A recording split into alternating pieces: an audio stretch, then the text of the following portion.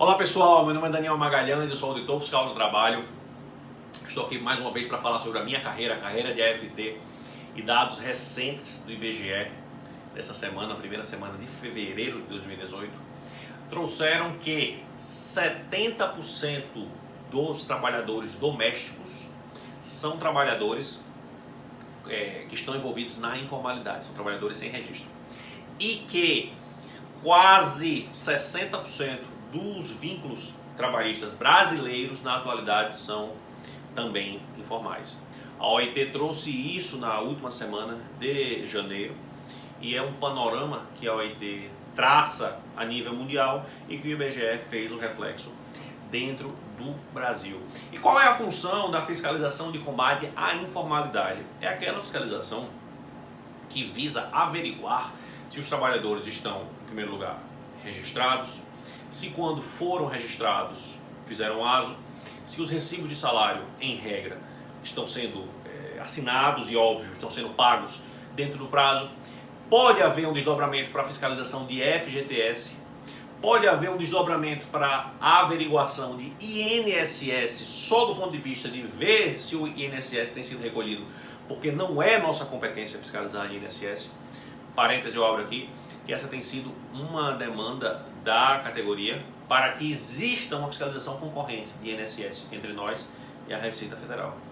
Em regra, a Receita Federal não desce na minúcia do pequeno contribuinte, ou pelo menos não é o que se espera de um órgão como a Receita Federal, fiscalizar os pequenos contribuintes de INSS, e tendo em vista que a gente já está dentro dos ambientes de trabalho, já olhamos folha e já olhamos FGTS, a nossa categoria tem pleiteado isso e tem, talvez ao longo do tempo consiga.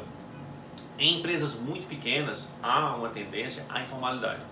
E se você for ver, época dessas eu fiscalizei um posto de gasolina cuja trabalhadora aos 45 anos tinha tido seu primeiro registro 6 meses antes.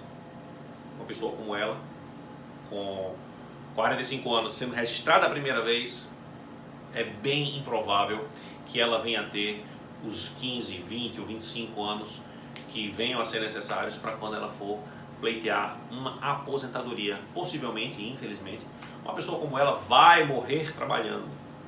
Se é a situação ideal, não é.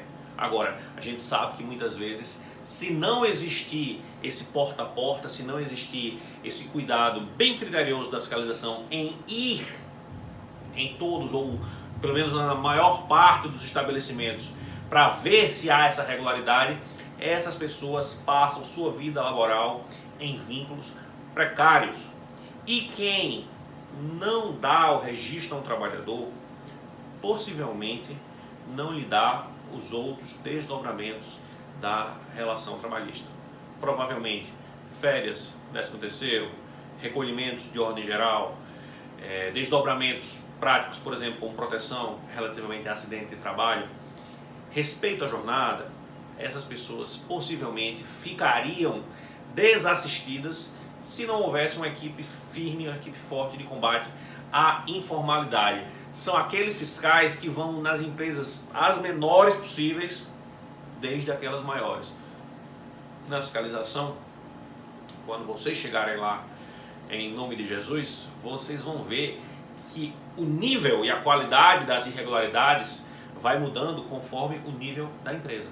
Então, empresas muito pequenas têm uma tendência a ter irregularidades de pequena monta, tal qual o registro, mas algo dessa natureza não vai ser encontrado, por exemplo, num grande banco.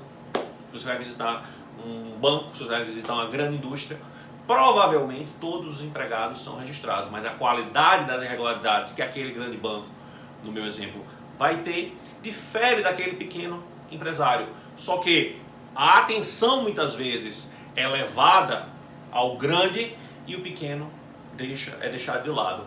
Não à toa, quando eu me referi no começo da reportagem, quando eu comecei a me referir no começo do vídeo a respeito da reportagem que assisti hoje com o estudo do IBGE, a maior parte dos empregadores brasileiros são pequenas e médias empresas.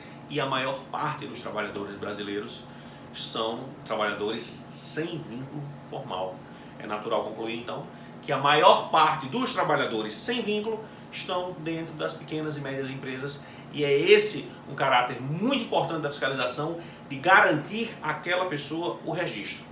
Esse trabalho da fiscalização não é aquele trabalho que geralmente ganha áreas mundiais, não é. Não é aquele trabalho cuja divulgação é ampla, mas é um trabalho essencial do ponto de vista individual de cada pessoa. Não há um reflexo coletivo de se conseguir um registro ou 18 registros, como já teve vezes de eu fiscalizar. Só que para aquelas 18 pessoas, eu anonimamente, conseguindo um registro, conseguindo o recolhimento retroativo do seu FGTS, conseguindo a contagem a partir daquele momento do prazo, do período aquisitivo dessas pessoas, eu consigo para elas fazer uma mudança que pode não surtir efeito de maneira tão imediata, mas que deve surtir efeito aí ao longo dos anos, quando com a sucessão de vínculos essa pessoa puder eventualmente vir a pleitear um benefício previdenciário. Detalhe muito importante, o trabalhador que não tem o vínculo registrado em carteira, ele eventualmente indo à justiça, ele tem que provar este vínculo.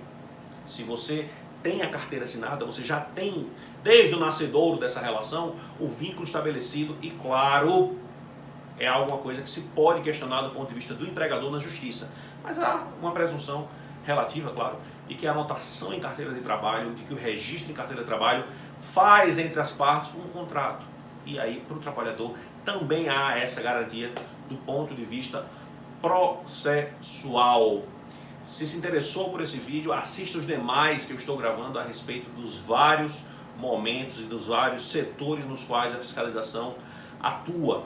Se você for olhar atrás do meu canal, você vai encontrar alguns outros vídeos falando sobre a fiscalização e sobre os demais segmentos nos quais a gente atua. Confira e motive-se um pouco mais no seu estudo para FT. Um grande abraço, até mais.